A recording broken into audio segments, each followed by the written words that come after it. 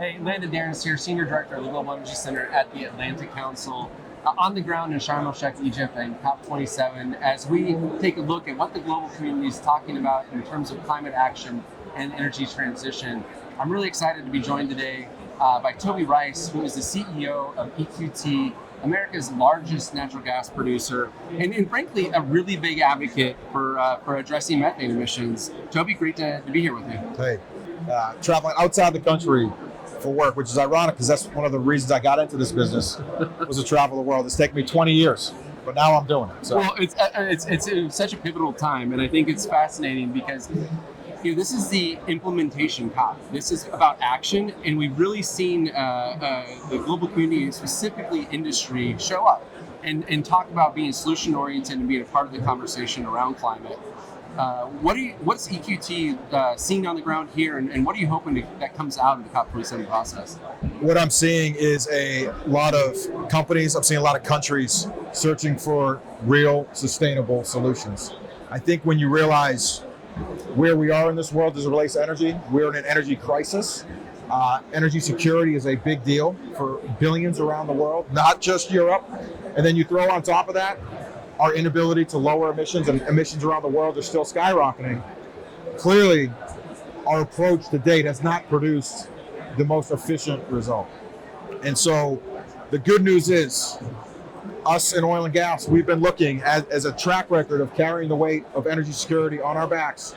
We hear the call for not just cheap, reliable energy, but for energy that's clean, with an ideal to make it zero carbon energy. And we're looking at the situation, and we're seeing a major league opportunity for energy players like EQT to play a meaningful role in leveraging and influencing the energy transition conversation. And I think how we've got here has really been, we've asked one question: what can countries do to lower their emissions within their borders? And that's created some really amazing things, like the United States being a world leader in lowering emissions on the world stage, but it's also been not as effective. And we see world emissions rising. It's wiped us out over seven times over. So with that in mind, what have we done in the United States' success? We need to ask a new question, a bigger question. That question is, what can countries do to lower emissions outside of their borders? And with that question, the solution that we came up with is, let's do it within the U.S. Use natural gas to replace coal. Let's do it outside of our borders with the advent of LNG. And in doing so, it's going to provide energy security for the world. And it's also going to be the biggest green initiative on the planet. And we're here to talk to people and raise awareness for this great idea. So, we're dealing with a global energy crisis right now. And so there's obviously this, it's bubbling up in terms of energy security in the context of immediate acute needs. Obviously, there's many in the world. We're on the continent of Africa right now that need energy access. How do we square up the imperative of global energy security, access to affordable, reliable energy today, with the broader long-term ambitions in terms of the climate conversation overall? Yeah, I think it starts by understanding that energy is life. Energy is the key to human progress and human flourishing. Recognizing that 3 billion people in this world still live on less electricity than it takes to run a refrigerator.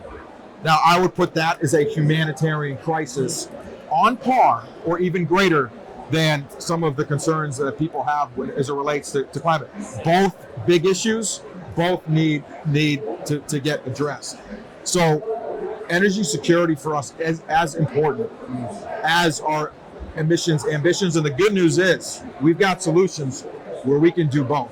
And when we unleash American energy and unleash our LNG on the world stage, we have the potential in this country to be able to provide energy security for the world. The amount of resource that we have in the U.S., we can increase our natural gas production slated for exports and quadruple that, our exports, to 60 BCF a day. And to put that in perspective, that amount of energy is the energy equivalent of 10 million barrels a day of clean energy on the world stage. When replacing coal, it's going to be a decarbonizing force, the biggest the world has ever seen. And that starts right here in America, but it's a solution for the world.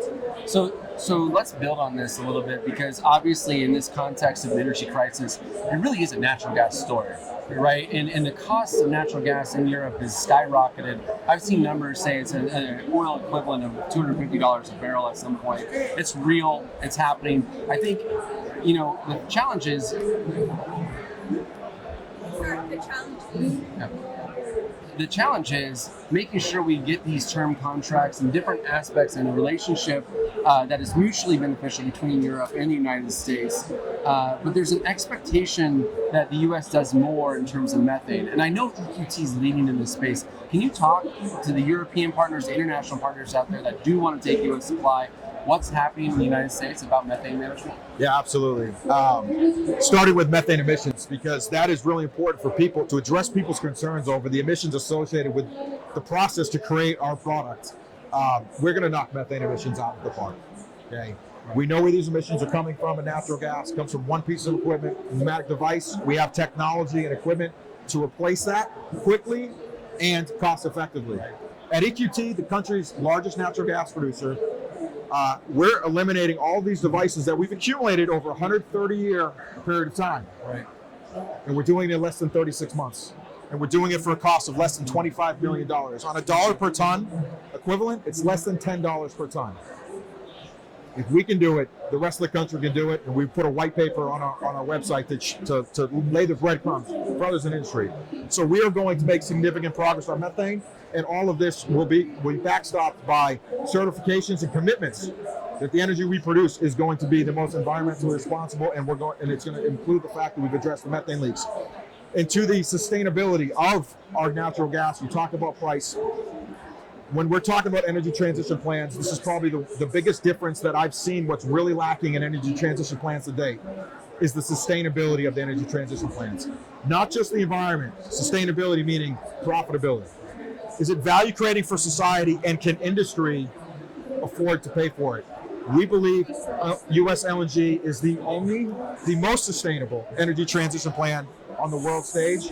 We believe we could put natural gas on the doorstep of Europe for a cost of $12, and that would imply a $4 gas price here in the United States. Now ask yourself, would consumers in Europe like $12 natural gas prices?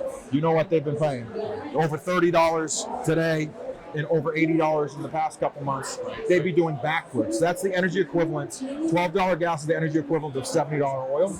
You can build some amazing economies on $70 oil. And Americans would be excited because $4 natural gas price is a discount to the 20-year average of $4.50. And at those price levels, guess what? The industry can generate modest returns, and that means it's profitable for us, and this industry will step up and finance the biggest green initiative on the planet. And we are not asking the government for a dime, but we are asking the government for some help. Help us make this great idea a reality. Help us meet our biggest challenge, which is building pipelines and LNG facilities faster than we've ever done it before. And this is where the cooperation and the collaboration can take place, so we can make this great idea a reality. Well, Toby, it's great to see you on the ground here in Sharm el-Sheikh. I wish you a really fruitful COP and excited to follow EQT's journey in the immediate future, but over the coming years as well. Thanks so much. Thanks.